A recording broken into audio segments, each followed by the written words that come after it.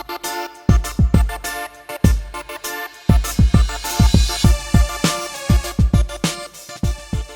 guys, Enzo Flojo here, and this is the Mabuhay Basketball Podcast, the only show that brings you the latest scoop on everything basketball here in the Philippines. Whether you're a diehard fan, a casual observer, or just looking for some good old-fashioned hoop talk, you've come to the right place. So whether you're a fan of the PBA, the UAAP, the NCAA, Gilas, or any other league in the Philippines, we've got you covered.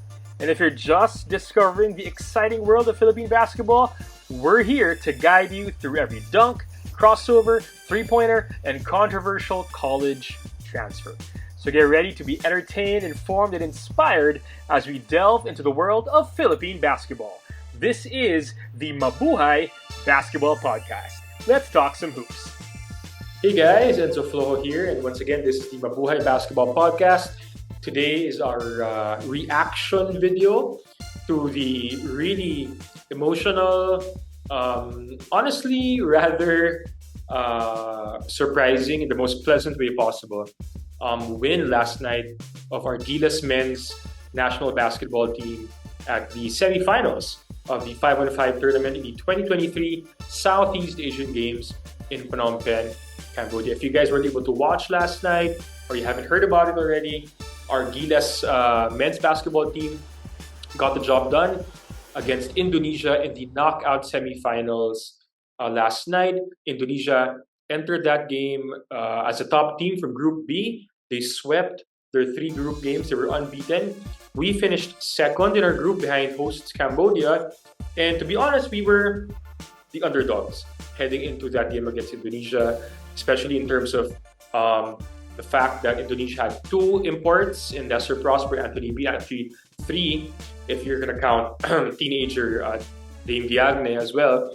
And then they also had a very, very ideal preparation period. They even went to Australia to train and prepare just for the SEA Games. Meanwhile, notoriously, infamously, Gilas did not have the most ideal conditions in terms of preparation. I think most of the team members only got together over the past week or so. So it was really paspasan, no? Na preparation for Gilas. We were coming off a good win over Singapore, but before that, we were coming off a very debilitating loss to Cambodia in the second game of our group matches, no? in Phnom Penh. So we bounced back against Singapore.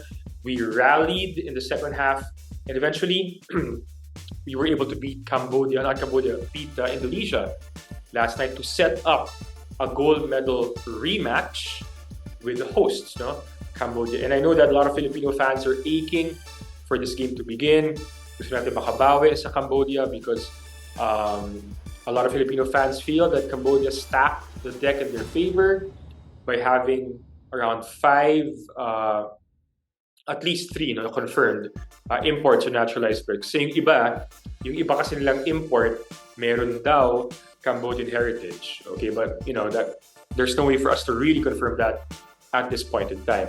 So, and of course they're the home team, and they have a coach who has a big target on his back because of the antics he did late in the game against Gilas several days ago. So there's pressure on both sides. So I dare say there's a bit more pressure on Cambodia because they're stacked. They have those 5 imports. They're the home team. They're kind of expected and favored to win the gold medal. Their first ever in any international tournament, no? In 5-on-5 basketball. Meanwhile, the pressure is a little bit less, I think, on Gilas because we've already lost to this team. And we weren't even supposed to be, objectively speaking, in the finals, no? Because Indonesia was favored to win last night.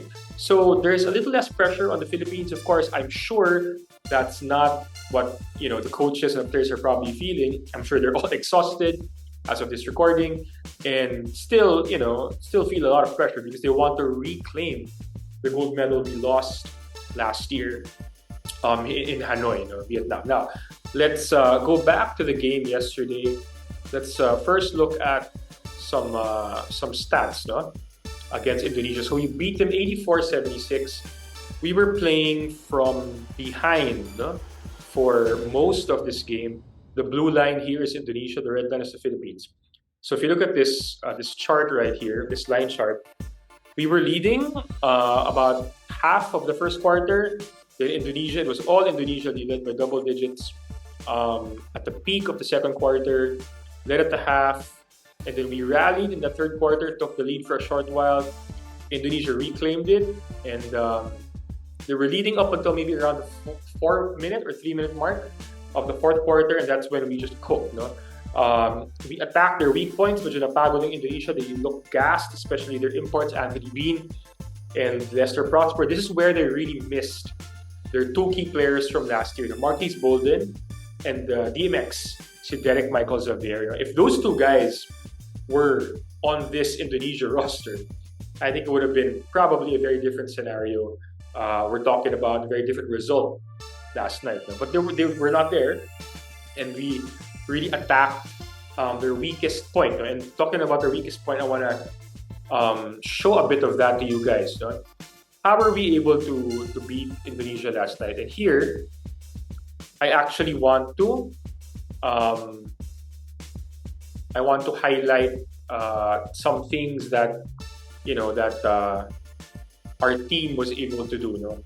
Last night, especially in the fourth quarter, I felt like we did a very good job of dictating the tempo and the pace of the game and forcing Indonesia, especially on defense, when Indonesia was on defense, we did a good job of forcing them to do what we wanted them to do, which is basically to force Lester Prosper to come out of the lane, play the pick and roll, the top of the key pick and roll, and we just exploited that. We recognized, or the coaches recognized, that Prosper was pretty much gassed in that fourth quarter. Nobody else could really play defense on that top PNR apart from him. And if you take him out of the paint, nobody's really going to protect that rim anymore for Indonesia. And that created so many opportunities for the Philippines. So as you can see here, in this play with under 3 minutes to go, you have Justin Brownlee with the basketball right here. This is Brandon Rosser setting the screen, and you have Prosper way out of the paint right here. And you're going to see Justin Brownlee drive to the right side here. There's a gap right there. Jawato is not a rim protector, and Bean is not going to close that gap. Prestawa on the other side is not going to close that gap as well. Jawato will not even challenge the shot, as you're going to see. Okay, so here's Brownlee, and you see here, Brownlee does a good job of going around Prosper, and I think this is Sapotera, the defender. No? So immediately, this is the line of the ball.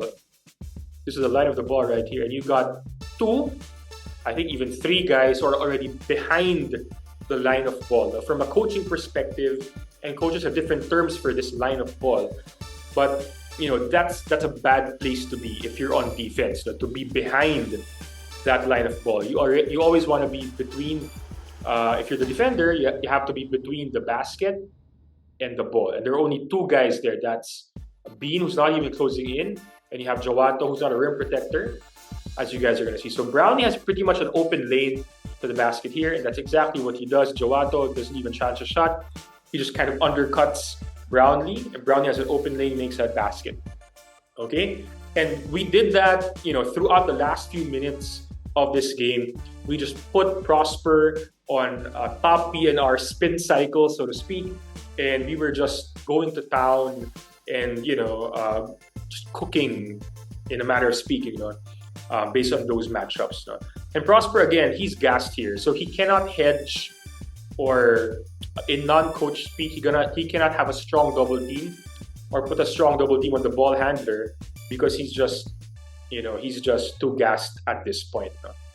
All right, so here's another way to attack it. So here's Brownlee with the ball again. This is under 2 minutes to go, and here's again Brandon Rosser, who, by the way, Brandon Rosser stepped up big time, especially in that second half. This time it's Anthony Bean who's guarding Justin Brownlee. But Rosser does a good job here of going body to body, chest to chest with Anthony Bean. Not the perfect screen, but still a good job. The angle of the screen has to be really, really good. The angle is not perfect. Ideally, it has to be right here. Okay? But that's fine. All right, so Brownlee places really well. He goes to the right side again. This time, Prosper actually goes out to him. As you can see, this is Prosper, this is Bean. But the problem there is nobody's going to protect the rim anymore. Okay? This is Jawata right here. This is Prastawa. And after the pocket pass from Justin Brownlee is made to Brandon Rosser, there's nobody there to protect. No? And again, look at the line of ball. The ball is here. Okay? The line of ball is right here, and you got your two imports behind the line of ball already. And again, that's a very bad place to be. Nobody to protect the basket. Nobody really closing in properly on Rosser. No? And again, easy 2 points for Brandon Rosser there. That pretty much ices the game already for the Philippines. Now, that's very good for us. Against Indonesia last night, we were able to do that really, really well. Will we be able to do that against Cambodia? I'm not so sure. Look at the stats last night. We actually shot much better from the field at 44% compared to the game against Cambodia several days ago. Had 12 threes, which is very good. If we can approximate these numbers today against Cambodia in terms of these shooting numbers, I think we'll be in decent shape. What needs to improve definitely is this godforsaken free throw shooting. 12 out of 24. We did a very good job getting to the line. We did not do a good job hitting our free throws. No? Rebounds, we were +4, so we won that battle. Very good. Turnovers, we were -1, meaning we forced Indonesia to more turnovers. Again, that worked to our advantage. So we shot the ball well. Good job. We got to the free throw line. Good job. We out-rebounded Indonesia. Good job. We forced more turnovers slightly on Indonesia. Again, very good. No? Those are the 4 general factors, no, that enabled us to win last night. If all those 4 things go in our way again, we should be in good shape.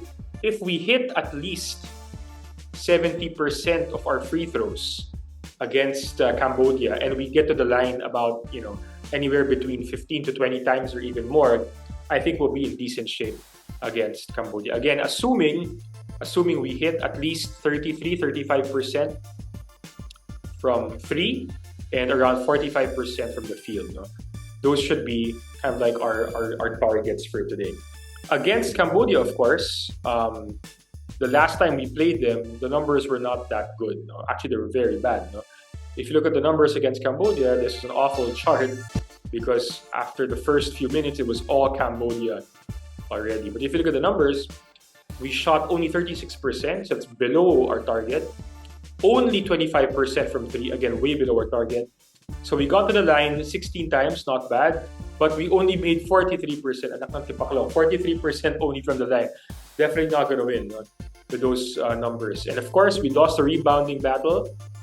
And we forced only 1 additional turnover on Cambodia's side. If we want to win tonight against Cambodia, it should be a damn near perfect game. Meaning, good shooting from the field, from beyond the arc, and from the line.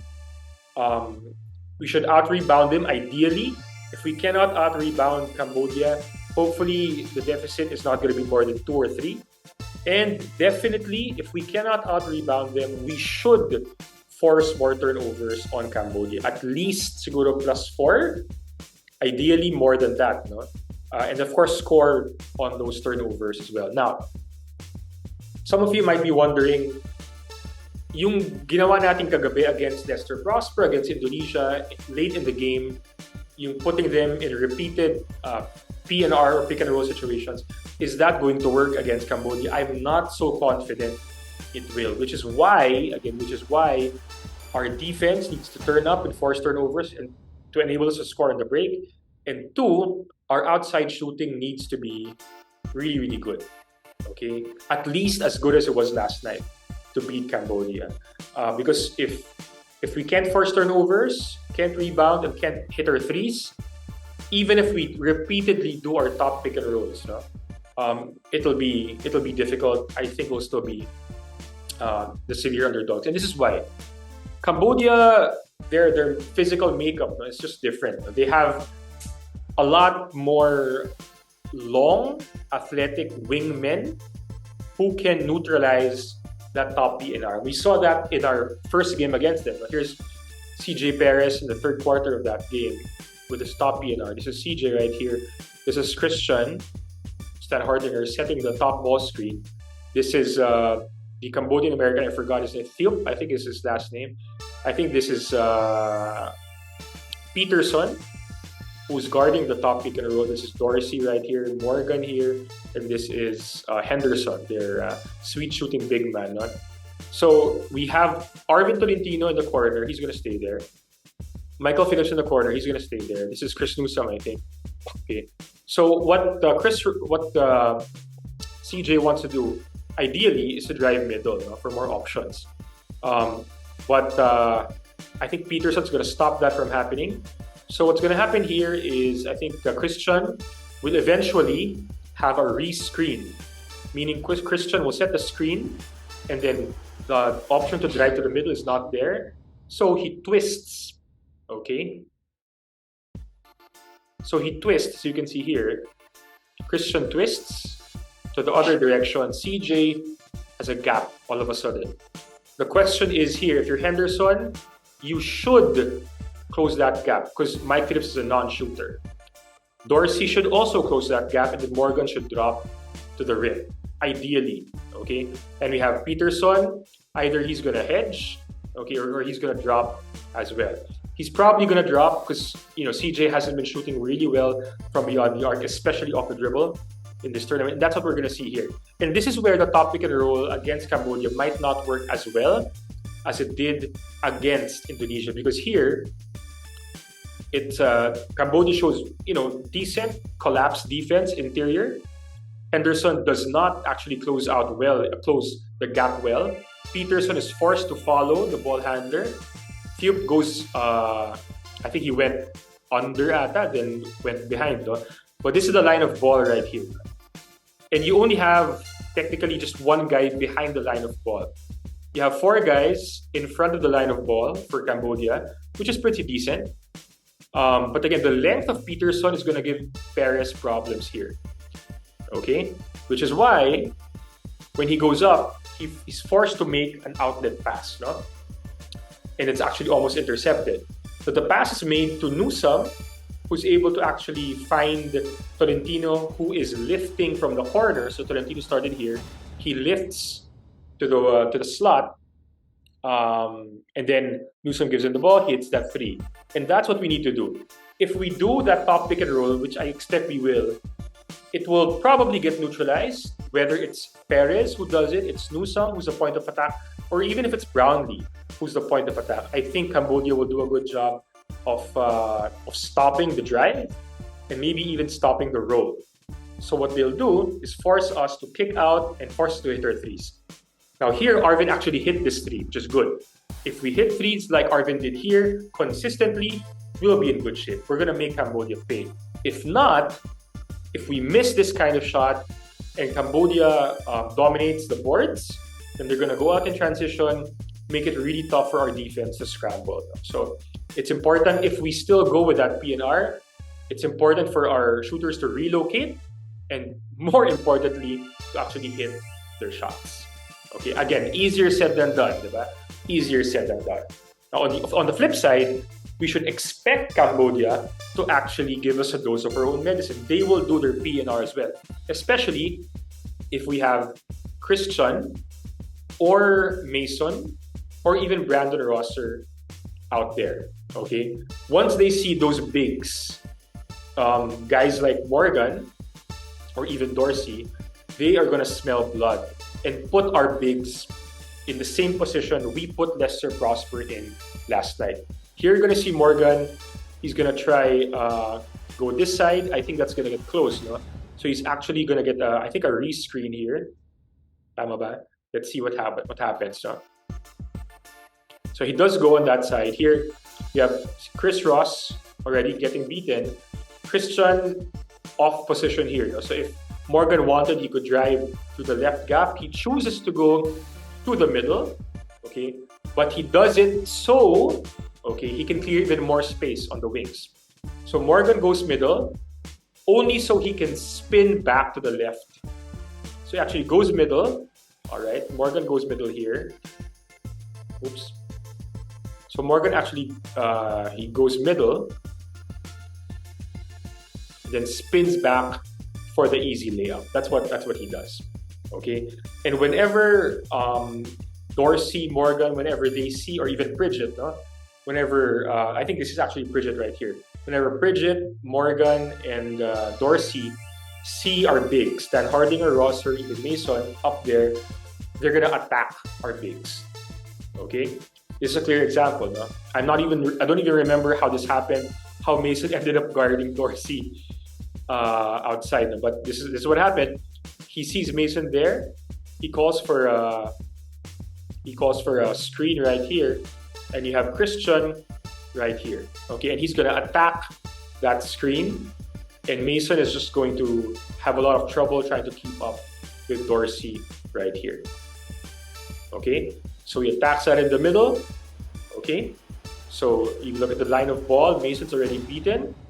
Okay, Christian doesn't have enough time to react and close the gap. Brownlee, I think at this point was kind of tired already. He was tired the whole game, so he wasn't able to close the gap as well, which means only CJ is left to really either make a decision. Decision is to stay home on the shooter, okay, or challenge the rim. He will challenge the rim, but it's just not going to be a good enough challenge, and Dorsey actually makes that layup. Okay, and when Cambodia sees our bigs, now here it's Christian's turn. I think this is Ross or Nusong, no? This is Christian right here.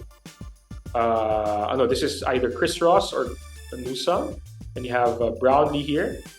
And here again, Dorsey. Dorsey's so good with this, so he's going to attack the screen, and then he's going to make a decision. Okay, and I think in this scenario, no, I think actually Christian does a good job of hedging.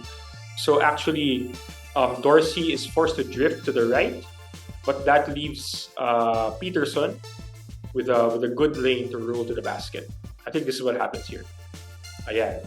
So Dorsey is able to make the pass, line of ball. Christian's already behind the line. So he's already, habol na siya, di ba? Hindi na siya makareact ng mabuti. No one's gonna protect the rim.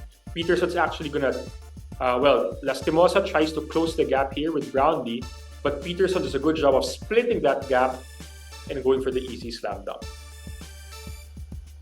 Okay, and that's the kind of thing we should expect from Cambodia. They're gonna use that repeatedly. They don't have really a lot of complicated plays. They just see the matchups and exploit the matchups, which is sometimes as simple as it can get when it comes to basketball, especially at the international level. You see matchups you like and you exploit those matchups, and that puts pressure on the defense to make the decision. Okay, are you going to hedge? Are you going to go under? Are you going to follow over? Are you going to close the gap, stay on the shooter, and things like that? Okay, and I think it's going to be a very interesting game later. I think Gilas is going to play better later, but I think Cambodia, objectively speaking, is still going to be favored to win tonight. But whatever happens, we're going to support our team and hope that they are able to reclaim the gold medal. So go Gilas, Laban Pilipinas. Now, if you like this topic, you should like all our future episodes and topics as well. As always, we're going to spotlight fan comments because we value what you guys think. Our next episode drops tomorrow. Watch out for that. Mabuhay in Philippine basketball. Mabuhay tayong lahat.